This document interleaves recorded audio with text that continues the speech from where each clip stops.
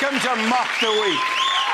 I'm Dara Breen. Joining me this week are Andy Parsons, Mark Watson and Russell Howard, Patrick Keelty, Hugh Dennis and Milton Jones.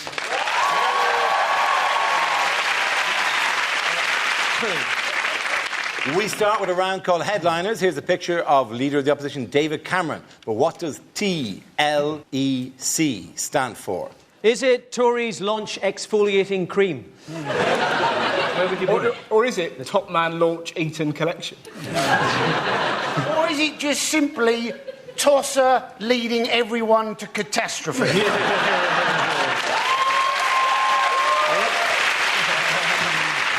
Are you not a natural Tory? Or is it Tory launch extremely Caucasian? I think the people he's shaking hands with are that actual size, and it's tiny little elf convention. The elf vote is just screaming to me. It's enormous. It is ironically, it's an enormous vote. Is it tits, lips, eyes and chin? Everything he's got done in the poster. Is it his full name? Tarquin Linus Edwin Cameron. What's weird about it is, and this isn't nothing to do with the initial, he appears to be in black and white at the front of the photo and in colour at the back. It's like the Wizard of Oz. He's like in black and white until the election, whereupon... the King of Munchkin Land. I know the answer. It's Tory leader effortlessly camp. Does anyone give it something approaching the correct answer? I think You're the sensible one. Tories launch election campaign. That's close enough. Genius. Well done. That's good. Yes, the answer I was looking for was Tories launch election campaign. It's election time again, with David Cameron saying this year's vote could not come soon enough. Although the date is as yet to be confirmed by the Prime Minister, the Conservatives have begun announcing their policies in a bid to woo voters and regain power. So how do they launch the campaign? Well, mainly by putting up a big poster of his face. Yes. Where he's wearing so much makeup, he might as well just say, Tory, because you're worth it. It is astonishing. It is. I just think they should have run... It's like on 760 poster sites. They should have just run this poster instead. Look at my big, shiny face. Look at it. Look at it. Look at the way my forehead glow follows you around the room. He looks like a cross between David Dickinson and Pingu. A cross that we've all been waiting a long time to see. To be honest, that penguin vote, no one's gone after that before. If he did all of his things by waddling around. If they ever did that, they would close down CBeebies, wouldn't they? What are you doing, Dickinson? Leave him alone. Take it, you little bastard. Take it. I can't waddle away quick enough. How much do you have to love yourself, to launch your campaign with no policies and just a big picture of your own face? We kind of now know what both leaders are going to say to us. Gordon Brown's going to say, don't trust the Tories, they'll put up taxes. And basically David Cameron saying, don't you wish your girlfriend was high? Don't you? What you have to remember is that Cameron was in PR. I was 12 years old when I had a paper round. I'm very... It's a poster. He's trying to sell it. He's trying to sell it on the NHS, isn't he? That's the image he's got. It's all about the NHS. And now I'm slightly worried that Gordon Brown is going to have a poster about health as well, with a big picture of Gordon Brown, and then next to it, catch it, kill it, bin it.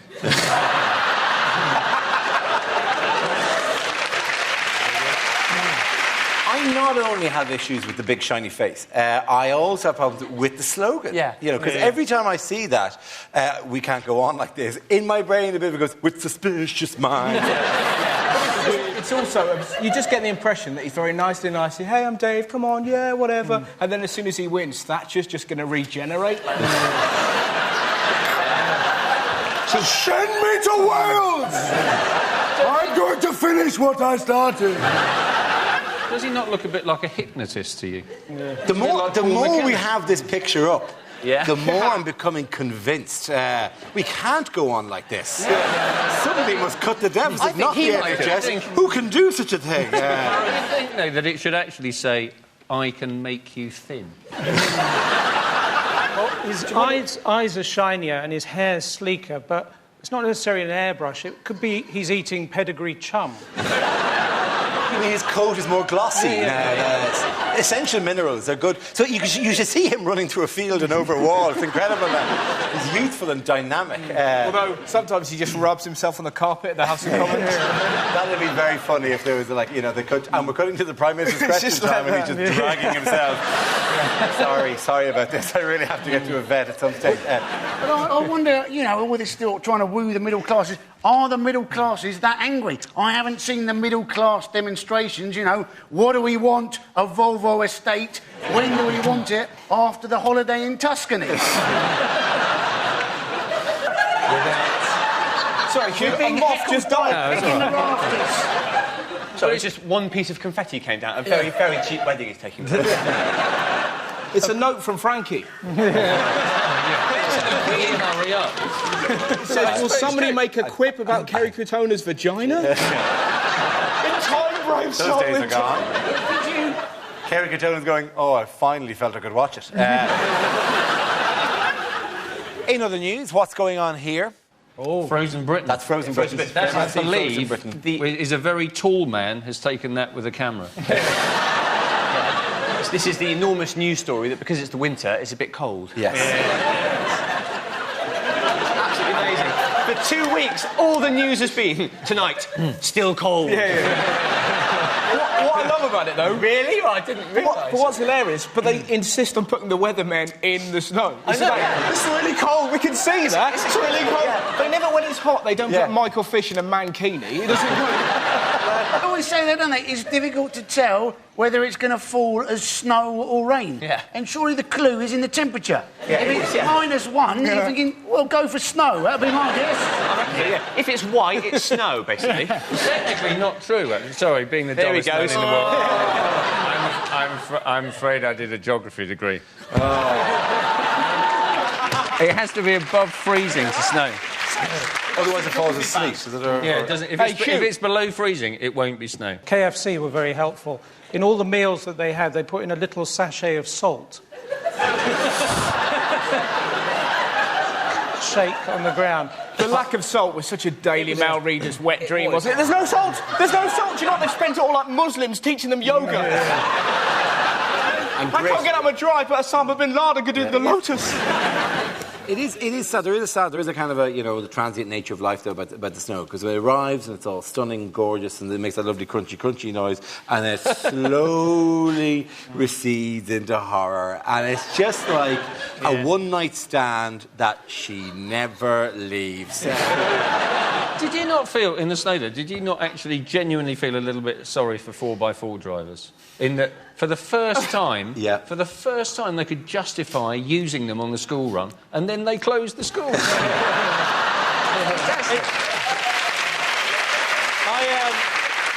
I live in Chelsea, and a lot. Good Lord! It's not that good. Whenever I went to introduce myself to the neighbours, they thought I was giving them a quote for tarmac, and it's not really. It's not that glamorous. And I said to them, when they couldn't get their 4x4s, well, why don't you let your kids walk to school? And they said, well, it's pretty clear you don't have kids, because if you did, then you'd leave them to the school gate in order for them to be safe.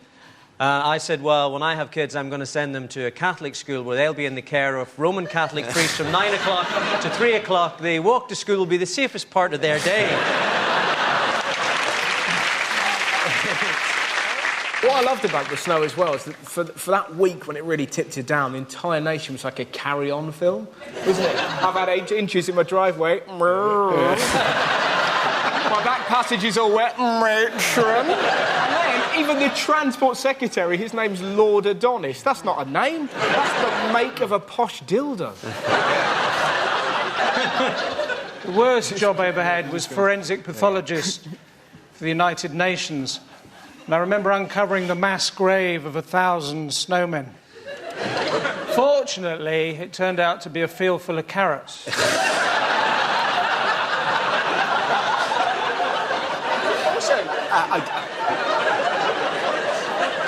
What's great about it? But it's like Milton, every so often, it's like this hilarious granddad that just wakes up.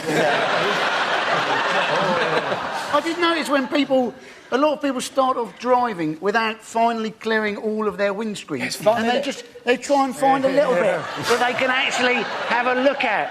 I saw one bloke driving on the motorway, right? He was craned like this. He had his window open. He was squirting de-icer on his windscreen at the same time. And on the back of his vehicle, it said, "How am I driving?" At the end of that round, the points go to Russell, Mark and Andy. Now we play a round called Mock You. I won't do what you tell me. This game involves Milton, Mark, Patrick and Russell, so if you could make your way over to the performance area, please. This round is a stand-up challenge. I launch the wheel of news, and wherever it chooses to stop, one of our performers must step forward to talk about that subject. The winner is whoever I think is the funniest. OK, here we go. Our first topic, please. And it's travel. Who wants to come in on that? Mark Watson. I think the thing with travelling is it's often quite hard to make yourself understood. I was in South Africa recently, and the way they talk there, that's not even the joke yet. I literally went to South Africa. All their vowels sound the same. So a word like cigarettes, it sounds like secrets. I was there. This guy was going, "Give me one of your secrets. Can I have one of your secrets?" Look, well, I once masturbated in a library.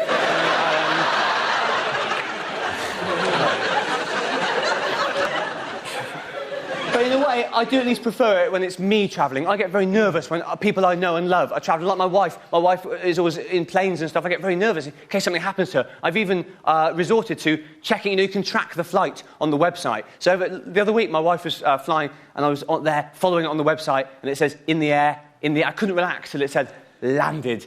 Which I know, I'm not sure how reliable a guide it is, really. I can't imagine if there is a problem, they change it to crashed.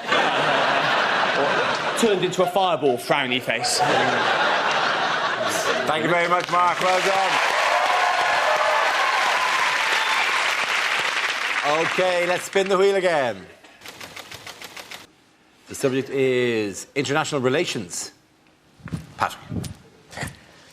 The world is a very dangerous place, and I think in order to bring more peace and to prevent war, what we need to do is to cancel the United Nations and stand down all armies. What we should do is we should replace it. Every government should have to open a Facebook account.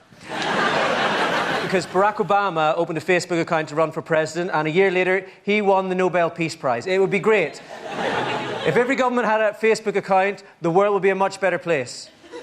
America and North Korea are now friends. China likes this.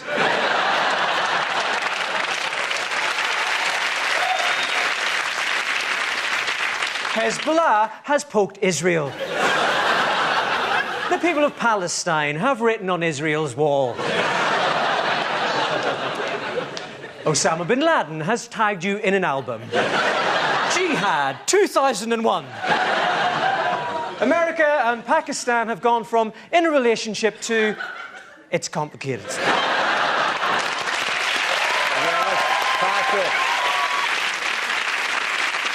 OK, that leaves us Milton and Russell. The next topic, please.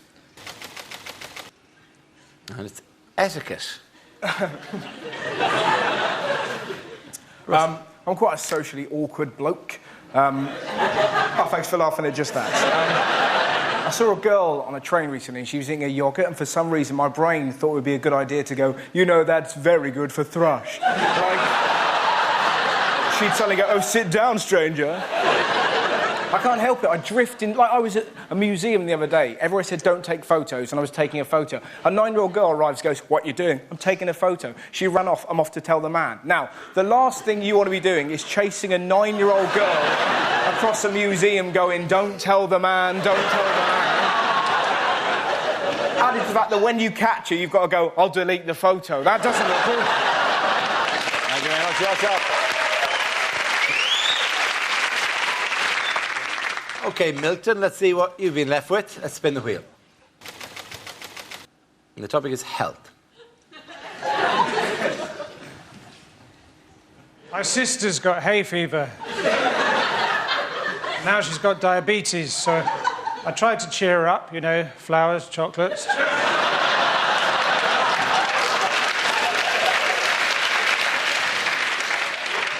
About a month before he died, my grandfather recovered his back with lard. After that, he went downhill very quickly.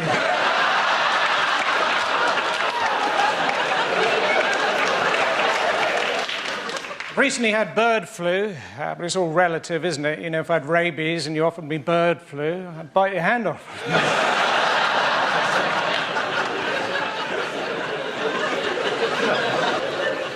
Last summer I set up a clinic for colonic irrigation, but the hosepipe ban hit us hard.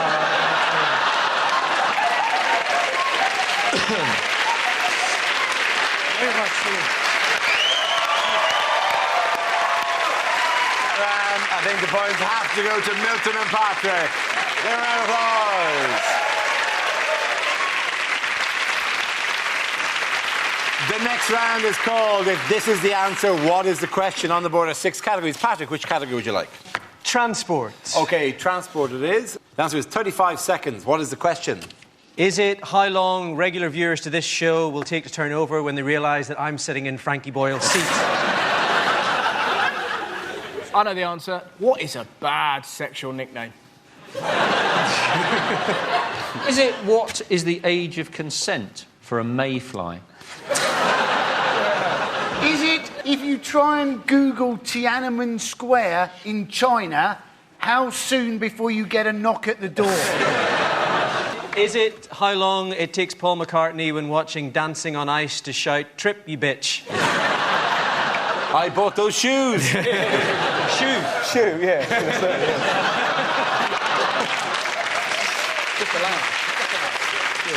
Is it due to the BBC cutbacks? What is the new name for Just a Minute?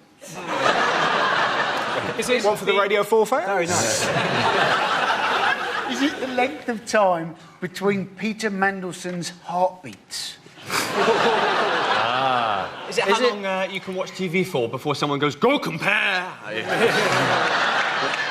Is it how long does it take Jordan to get over a relationship? The answer is this is going to be how long it will take for the new scanners to scan you. Yeah, that's absolutely right. Well done. Thank you very much, Russell. Yes, the question I was looking for was how long will it take passengers to be scanned through the new airport body scanners? This is the announcement of the controversial new security technology due to be introduced to airports around the UK. The process has already met with considerable opposition. Why are they controversial? Because they'll see me naked, Dara. It's because we'll be able to see people's willies. Yeah, that is essentially... What, do you want to be blown up, or do you... Look, the people... Look, when it's hilarious, people go, "Oh, my God, it'll attract perverts." Not unless you're into ghost porn. Is that a man or a woman? That's Casper. That's... Not only, though, are you naked, but you've got to do the Macarena at the same time. But the public outrage about it is extraordinary, isn't it? It's as though that, you know, the papers seem to think that this machine has been programmed, so every time a woman goes through it, it goes, whoa. It doesn't go beep, it just goes ding dong. I mean, because you can see that. You can see where he's got a wallet, a belt, some change, a pen, and a weird thing across his chest, which I get that checked out, to be honest. That's, a surgeon has lost something inside that man. He also appears to have only 2 bones. He's also weirdly taller from the back, which is... That's harsh, isn't it? You don't really want people looking at your wobbly bits, do you? No. There they are going, "Oh, this bloke's looking nervous as he comes through. Is it that he's carrying a bomb? No, it's a cold day, and he's a bit worried about the size of his knob." They may open a region just before the thing, a kind of fluffy zone, where you can take a few moments and stave off the cold. Just prepare yourself. Just like How long will it take before stag parties just start taking Viagra before they get to the airport? Just for the crack. Is there not a serious point that that you've got to look at the ongoing war on terrorism and say, if we now have to show our genitals to a man in a box before we go on our holidays, I think they've won. Well, you see, there... Probably the bit where they've won. You know, the thing is that human rights activists hate these new scanners, but, you know, on the flip side, women's magazines will love it. It'll be, "Get the airport body scanner body you deserve." And, you know, people are going to be so self-conscious, you're going to have to get Gok Wan out to Heathrow, giving people rounds of applause to get them through. It's like, "Come on, sister, you can do it."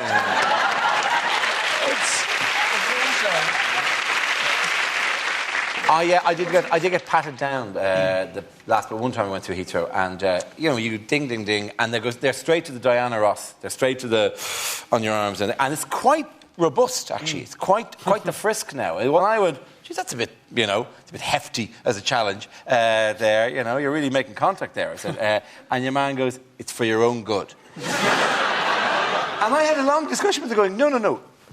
Generally, all of the security is for my own good. Yeah. But actually patting me down individually isn't for I know I'm not a terrorist. It's not like you're going to pat me down and go, you've got a bomb strapped, and you go, I was wondering what that was. Because it was chafing me in the taxi, and I didn't feel like opening my shirt to find out. The way to get them is just to play them at their own game. So when they pat you down, just act like you're really enjoying it. That really freaks them out, because normally people are nervous. Just sit there going, oh, God. Oh! Honestly, do it as loud as you can. And they stop patting you down pretty quickly. The reason why all of this has been brought in is because the guy who tried to blow himself up on Christmas Day. Yes. And I went home to Ireland for Christmas, and it was worth it just to be there on Boxing Day for my mother to say, with no irony whatsoever, she said, just after the Christmas pudding, she said, I don't know, those Muslim terrorists, you'd think that at least take Christmas off. That was what was funny, though. Nobody cared. That was the beauty, because it happened at Christmas. It was like, oh, yeah, and a plane, and he got, did it? Really? Brilliant. Oh, well. Oh, Uncle Buck's on. Nan's going to wake up. They said that it was going to put people off flying. It didn't put me off flying as much as the story that happened in America just before that, which was the story of the two pilots who'd fallen asleep and missed the airport by an hour. And you're thinking, how can two pilots fall asleep? Who looked? One pilot maybe, but who looks at their co-pilot, sees them falling asleep, and thinks, yes, that's a good idea. Well, they have to do something, because there are more and more suicide bombers. Well, more and more and less and less. The thing about, I think his name was Umar Farouk Abdul Muttalab. He was charted. He was not only on a list, he was not only identified as a possible terror subject, his father had alerted the authorities to the danger that his son had been converted to jihadism. And the only reason apparently that is because his father is a former director of the First National Bank of Nigeria. And presumably when they got the email that said, I am a director of the First National Bank of Nigeria, I have some information which may be valuable to you there.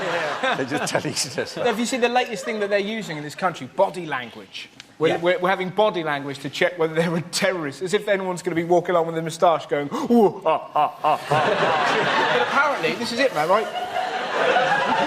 If you do this... Is that a meerkat terrorist? It's a meerkat terrorist, yeah. Yeah, no, that's great. And then he plants the bomb and goes, simple. You see this, right? Apparently, this means you're lying, this means you're nervous, and if you go like this, it means you've got a bomb up your arse. They're going to point to the Patrick Ewing Now we come to scenes we'd like to see. So if everyone can make their way to the performance area, please. I'll read out this week's topics, and then we'll see what our panellists can come up with. Right, here we go. The first subject is unlikely things to hear on Crime Watch. But before we see tonight's crime, let's meet the judges. Police say they are looking for a black man in his 20s, and that they always will be. Do you recognise this man? Thought not. It's Nick Clegg.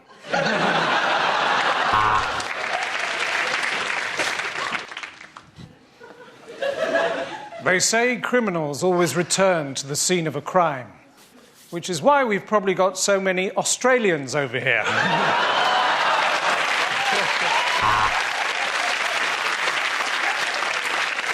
Coming up next week, we'll be trying to solve the murders of the people who phoned up giving information on criminals this week. Today, we're looking at identity theft.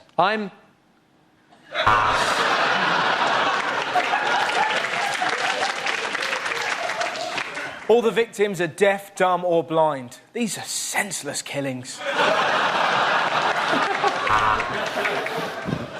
Baffled police are appealing for help. Do you know where Wally is? So, if you're being interrogated by the police and they're recording the interview, just make sure that every so often you go, ow.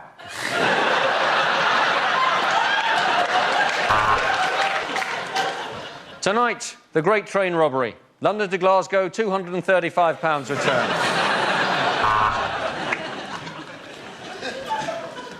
Tonight, we're looking for the man who keeps on burgling my home every time I present this programme. I don't work with a crime watch. I'm your host, Ray Winston. Leave it, you slag! Don't go camping in the countryside. Have you noticed that whenever the police find a body, it's always in a tent?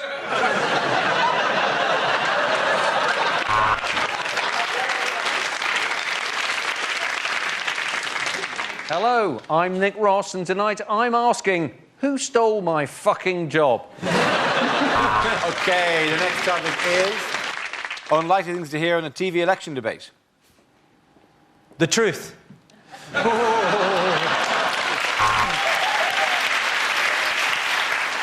Labour, ready! Tories, ready! Bring on the wall! I think of this studio as a second home, which is why I'm claiming expenses for it. And the lines have closed. Gordon, it could be you. David, it could be you. Nick, it's not going to be you.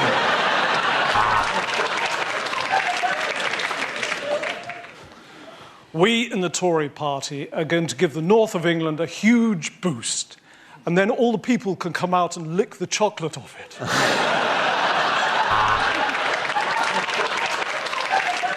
If you're elected, you'll raise taxes. If your mum's elected, she will. It's me who got you into this mess, and it's him that will get you out of it. And at the end of that round, Gordon, you've scored no points. I'm really very, very proud of my working-class roots. When I was growing up, we only had an outside toilet. Eventually, we got enough money to buy a house.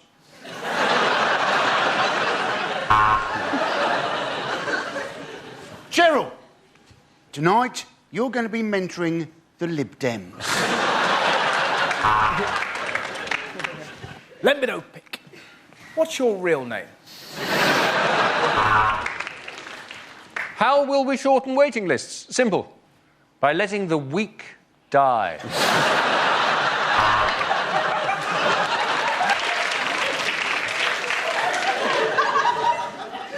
Hello! I am the Messiah! And the Queen is a biscuit!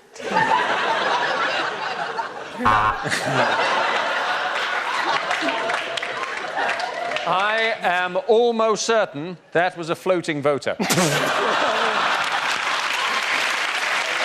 The end of the round, the points go to Patrick, Hugh and Milton.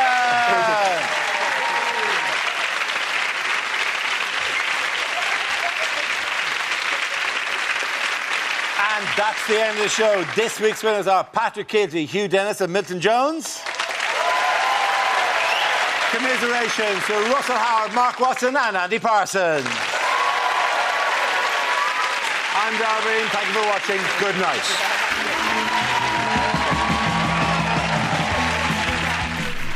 More comedy to come on BBC Two. Ramsey Nesbitt's a happy man. He's back on the box after 10 years. Then we get to meet Bella Meets People in a brand new series at 10. A taster coming up.